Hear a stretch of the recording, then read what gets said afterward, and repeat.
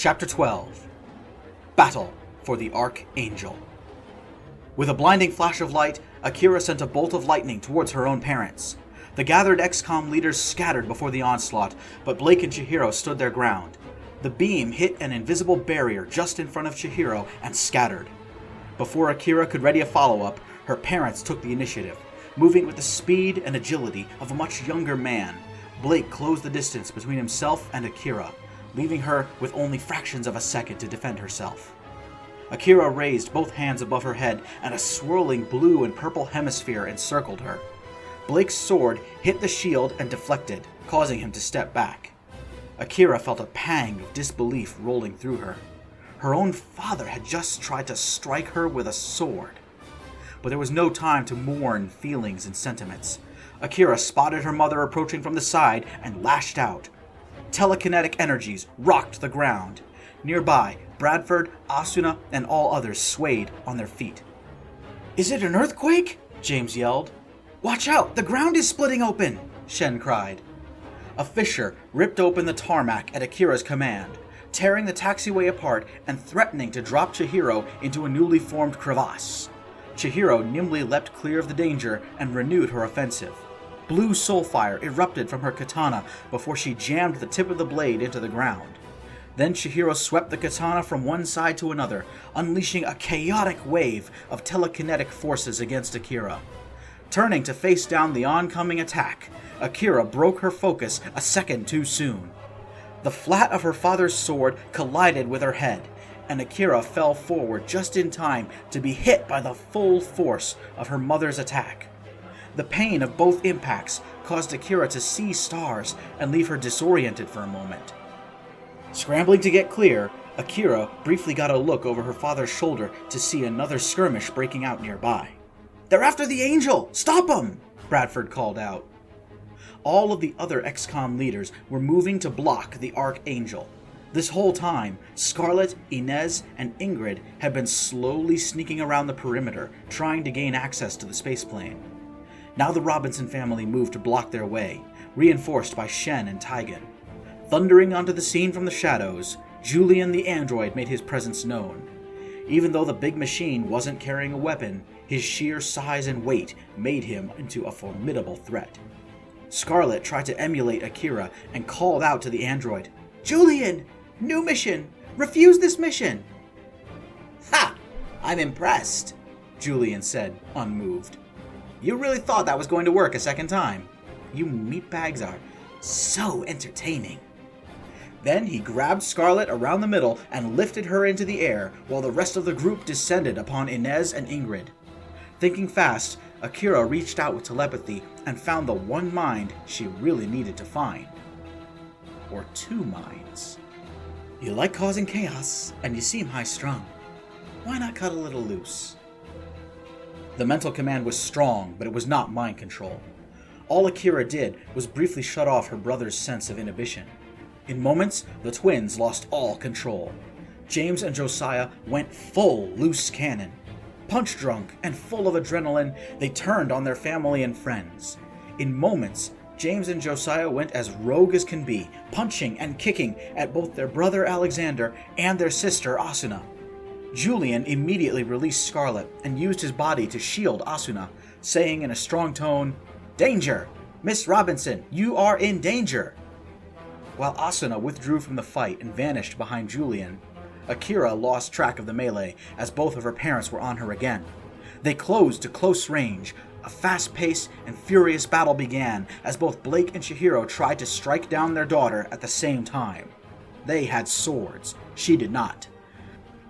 Akira dodged the first blow from her mother and caught her father's blade in a telekinetic vice. She pushed him away and spun around to face Chihiro just in time to evade yet another swing. Akira sent a jet of soulfire out of her hands, billowing into the night in magnificent indigo flames. Chihiro recoiled before conjuring her own telekinetic shield, deflecting the supernatural flamethrower in all directions. Then a powerful sense of dread came over Akira, locking up her thoughts and actions. A powerful voice spoke inside of her head. "You will fail. You will fail, and then you will die." Akira's heart was racing. Her mind started to fill with images and sounds of despair and failure and death. Somewhere in the midst of it all, Akira could have sworn she heard her own death rattle. Then she was plunged into a vision. No, it was too vivid, too real, too genuine. She saw a vision of herself, kneeling on marshy ground in some distant, unknown battlefield, while 3 city-sized spacecraft came crashing down around her. A woman with blue eyes and blonde hair was kneeling next to her. Both she and Akira were battered, bloodied, bruised, and broken. Akira spoke to the woman who would be her killer, and the killer replied. Screwing up her willpower to resist the building sense of despair in her soul, Akira wrenched herself back into reality. "No!" she screamed. "Get out of my head!" The sensation was almost overwhelming. It was like the bursting of a dam, as some foreign invader was expelled from Akira's mind. Somehow, this only made Akira's mental state worse. Her mind had already been invaded once before, and she would not allow it to happen again. Frantically, she looked around for whoever was responsible for the mental attack. Out of the corner of her eye, Akira just saw a flash of blue light, and then she turned to see it in full. Blake Robinson was standing just a few feet behind her, and there it was, hovering not 3 feet above his head, its long tendrils connecting to her father's arms, legs, and neck like a sick, translucent puppeteer. Akira had never seen one of these creatures before, but she knew exactly what they were and what they could do. The ethereal being looked down on Akira, regarding her with an expression of sorrow. "Young Robinson, you must stop," the ethereal said. "Your quest is doomed to fail. You do not fully understand the forces and powers that govern the elements you seek to alter. If you fail, the consequences will be cataclysmic in scale. If you succeed, you may find that your triumph will make you the friend of none and enemy of all." Akira's whole body shook. Seeing her father joining forces with an alien was one thing, but this was an ethereal. The creature of the same race that once enslaved all of humanity, posing as god kings. This was no ordinary monster. This was an elder of the Advent regime, and she knew it. Sensing her building fury, Blake tried to reason with Akira one final time. "Listen to Asaru," Blake pleaded. "He's right. You've got to listen to reason." "Listen to reason?" Akira repeated. "While that thing is hanging off you? You're in cahoots with an alien. You're betraying your own kind." Chihiro tried to take her husband's side, but Akira hit her with a powerful blast of telekinesis. Chihiro skidded backwards on the tarmac, drawing blood from her right arm and coming to rest near the wide crack in the ground. Blake, with the help of the ethereal, hit Akira with his own telekinetic push, forcing her to double up and fall back. "Don't you see why?" Blake shouted. "I'm trying to save you." "Stop trying to save my life!" Akira screamed. "I don't want this life anymore!" And then she broke into a run, charging straight at Blake. Asaru and Blake began launching attacks towards Akira, anything to slow her down or stop her. She deflected a psionic lance, swept aside an inferno of soulfire, absorbed a volt, and ran straight through a field of genuine nightmares. Her psionic shield flickered with each attack until she was right in front of her father. Both Robinsons summoned small psionic shield into their hands and began to fight. Akira took the offensive, pushing forward with each breath. Blake and Asaru gave ground, blocking and parrying each of her telekinetically enhanced attacks. But Asaru was an ethereal, a psionic being with incredible power. After only a few seconds of sustained assault, Asaru penetrated just far enough into Akira's mind to cause a moment's hesitation. When she flinched, Blake and Asaru seized the moment. The old veteran and his ethereal ally released a salvo of powerful blows. Each time Blake punched his daughter, she took 2 steps backwards, her small size finally becoming a liability. Blake added psionic power and his own weight to each of his strikes. He knocked away Akira's hands and landed a solid 4-knuckle punch to Akira's forehead, almost knocking her down. Panting, Akira tried to sidestep around her father to get a better angle, but the ethereal gave him another set of eyes. Blake tripped Akira with his own 2 feet, and she finally fell down. Hitting her head on the pavement, Akira tasted blood and screamed. Then, Blake leaned down and grabbed Akira by the front of her shirt. Akira tried to struggle, but Blake held her too close and she could only hit him in the back. Just when it seemed hopeless, as though all was lost in vain, a voice screamed into the night. "His arm! His right arm is weak!" For just a moment, the shortest of moments, Scarlet Freeman had managed to disentangle herself from the large fistfight happening near the Archangel. Akira could see her over Blake's shoulder. The melee had shifted locations, and now the bulk of the fighting seemed to be happening near the cargo hold of the Bushranger, one of the Archangel's sister ships. Scarlet suddenly vanished back into the crush of battling bodies as Alexander grabbed her by the hair and pulled. Akira caught her breath, then looked back at her father. In that fraction of a second, she and Blake waged a psionic battle as Akira tried to break her father's arm with telekinesis, and Blake tried to block the move in return. After just half a second, Blake cried out in pain as Akira overwhelmed him. She broke free and launched straight into a new attack. This time, Akira aimed all of her punches towards Blake's weakened arm, the one left burned and desiccated by his exposure to the Trinity weapon system during the War in Heaven. Each blow was augmented by psionic power. Akira delivered jabs and backfists, crosses to the left and right, hooks and more hooks.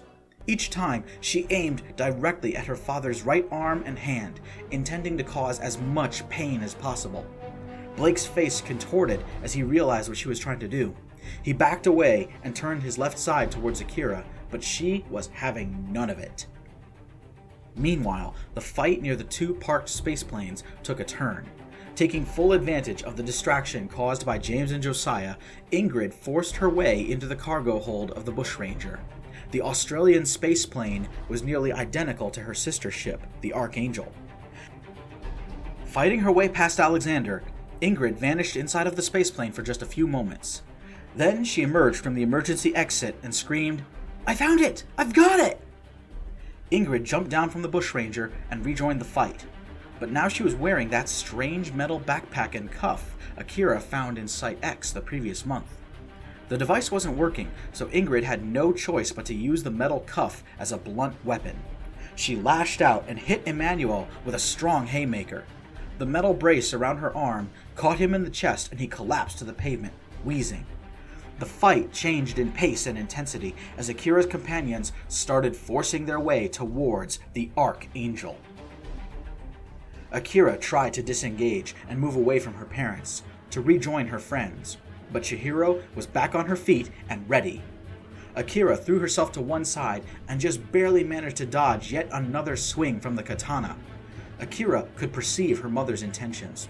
Both of the Robinson parents were reluctant to kill their own daughter, and were attempting to injure or maim her instead. Chihiro took another swing, aiming her blade at Akira's left arm. A telekinetic burst knocked the sword out of Chihiro's hands and caused her to grab her own wrist in agony. One more time, Akira tried to flee, but Blake was on her in an instant. This time, she wasn't ready. Before Akira could get her shields in place, before she could even raise her hands, Blake grabbed one of her wrists. Then he spoke, both to Akira and the ethereal. "Let's finish this." And then Akira found herself being hit again and again. Blake and Osaru were fighting in perfect concert, each supporting and augmenting the other. Akira lost track of everything as Blake punched her in the gut, sending a volt of energy through the same hand and into her body. Akira flew 10 feet backwards and hit the ground with a painful thud. She tried to stand, but found the whole world was inside out and upside down. Osaru was scrambling her senses. Then came 1, 2, 3 more violent impacts as she was punched in the shoulder, head, chest, and once more in the stomach for good measure. Spitting blood and unable to see, Akira fell to her knees. "Don't get up," Blake panted. "Someday, Akira, you'll see you were wrong, and you'll thank us." But Akira did get up. Her whole body was battered and bloody. Bright red and purple bruises were starting to appear all over her face and arms, and Akira had to blink blood out of her eyes. But she could see her father, and felt that while she had taken some serious hits, nothing of hers was broken. Defiant and resolved, Akira raised her fists and said, "You took away my future, my freedom, and my world. Now I'm gonna take everything back. Get out of the way, or I'll make you. Get out of the way!" Blake and Asaru turned and lunged at Akira. She put her hands up to defend herself, but found herself tackled to the ground. Akira's father pinned her down with his full body weight, aiming to punch her in the head. Akira put up her fists, blocked the first blow, and then sent a telekinetic pulse out. Blake was caught by the wave and rolled over to one side. He grabbed Akira by the front of her shirt again and pulled her with him. The two rolled over and over on the pavement, fighting and struggling for any advantage. Finally, they came to rest. Blake was on top of Akira, straddling her and holding her down. At the same time, Akira picked up on a voice. Blake's mental defenses were down, and she could hear his telepathic connection to the ethereal. "Knock her out!" Asaru commanded. "Knock her out! Put her to sleep!" Blake leaned down and grabbed Akira by the throat. At the same time, Asaru launched a full psionic assault against Akira. A kind of pain that Akira had never felt before erupted into her head. It was as though her skull was simultaneously on fire and caught in a vice. The pain was so bad she wanted to scream, but her father's hand was still tight around her neck. With one hand, Akira clawed at Blake's face, trying to make him let go. With the other, Akira flailed around, desperate to find something, anything to hit Blake with. And then she had it. Akira's fingers touched something small, yet heavy. Her hands closed around a cylindrical barrel, and then she felt the unmistakable shape of a hammer. It was her mother's pistol, the Shadow Keeper. Akira seized the ancient pistol and tried to hit Blake in the head with it. But she was running out of air and had no idea if the blow did any good. One more time, she swung the weapon hard, but her father did not relinquish his grip. Akira's vision was blurring. She was going into a tunnel. The pain in her head was building to a point she thought her skull might explode. She couldn't think. She couldn't focus. There was only instinct. Only survival at all costs. And then, suddenly, the pressure lifted. Akira took in a huge breath of air as the pain finally subsided. Blake fell forward, collapsing onto her. She could hear a horrendous, nightmare-inducing rattle coming from him. His hand shaking, Blake grabbed Akira's head and held her still. She could just hear his voice in her ear.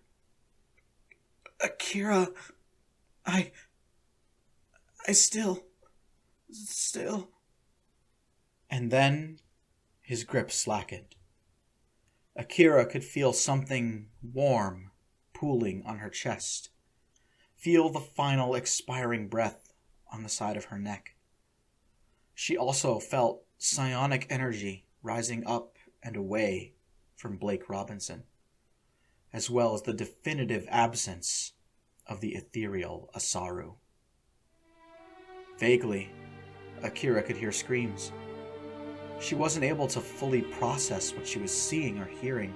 The full weight of what she'd just done wasn't hitting her yet. Pushing with what little strength she had left, Akira managed to get out from underneath Blake. She didn't have the strength to fight anyone else. She was spent. Yet no one seemed interested in attacking Akira. As she stood upright, Akira felt warm liquid running down her shirt and splattering at her feet. She began a kind of weak shuffle toward the Archangel, where Inez, Ingrid, and Scarlet were watching her with terrified looks on their faces. Akira barely acknowledged her mother. Chihiro raced towards the spot where her husband fell and began to wail and scream. Alexander, Bradford, Taigen, and Shen all ran to Chihiro. James and Josiah were being held by Julian. The twins were still being driven to violence by Akira's influence. Unable to release the twins, the android had no choice but to watch her go. Scarlet, Inez, and Ingrid all stood to one side as Akira came up the boarding ramp. Weakly, with a shaking hand, Scarlet pointed towards the main hatchway. Asuna was there. The eldest Robinson child was visibly trembling as she blocked the way, holding one of her hands behind her back. Akira didn't stop until she came face to face with her older sister. Neither of them said a word. Akira simply used telepathy. "You have to make me a promise." Asuna's words drifted into Akira's mind. "I don't care how you mess with time, but you've got to swear to me that in whatever reality you make, everyone has to be happy. Not just you. Swear you'll do it, or I'll kill you. Right now." Asuna revealed her hand, pointing a Gauss pistol directly at Akira's heart. The gun barrel was pushed into her breast, and Akira felt her heartbeat quicken. In that moment, Akira was so battered and weak that there was nothing she could have done to save herself. "What if I have to change the whole universe for them?" Akira asked. "I don't care what you do," Asuna replied. "But the world you end up in needs to be good for everybody. Understand?" To prove her seriousness, Asuna slipped her finger inside the trigger guard. "Do you have any idea what you're asking?" Akira thought. "Do you even understand why I can't promise that?" Asuna started to squeeze the trigger. Akira could hear the slightest clicking sound coming from the pistol. And then Asuna opened her mouth and spoke. "I'm deaf, not dumb," Asuna said. "You do good for as many as you can, Akira. Give a good future to as many as you can." Finally, Akira nodded. "Fine," she said, projecting her words directly into her sister's mind. "When I'm done, before I call it quits, I'll put the world right. No nuclear summer, no aliens. It'll be like we won the war in heaven." Asuna hesitated for just a moment, and then she lowered her weapon and stood aside. Just before the boarding ramp retracted and the hatch closed, Asuna looked back one last time. All of the XCOM personnel and Robinson family members were gathered around the spot where Blake died. Chihiro was inconsolable, weeping and crying loudly. Asuna looked from this scene back to Akira. Then she raised her arms and said in sign language, "I never want to see you again. Not in the past, present, or future. Go away and don't come back." Stumbling onto the ship, Akira collapsed into her bunk in the back of the fuselage, while Inez and Ingrid took the controls in the cockpit. Scarlet found a washcloth in the sink and tried to treat Akira's injuries with cold water. A deep rumbling sound reverberated through the ship as the Archangel fired up her engines and nuclear reactor. 10 minutes of taxiing went by as Akira's trauma finally started to catch up with her. Just as the full magnitude of what happened really hit her, the spaceplane began to accelerate down the runway and lifted its nose into the air. The Archangel was away. For some time, the spaceplane soared through the night air in silence. After everything that just happened, what could anybody say? At one point, Akira sat up in her bunk and said, I killed my dad. Scar, I killed him. What kind of monster am I? Together, the two girls began to weep and mourn. Akira sobbed into Scarlett's shoulder, staining her friend with both her own blood and that of Blake as well. They didn't have long, though. Ingrid's voice sounded over the intercom. We're not out of the woods yet. Bogey at our 6 o'clock. Akira and Scarlett ran into the crew cabin and powered on one of the weapon control computers. They panned the ship's targeting camera around to look back and spotted their pursuer. It's the Bushranger! Scarlett cried out. The Archangel's sister ship was ascending through the clouds to intercept Akira and her friends in the inky dark skies.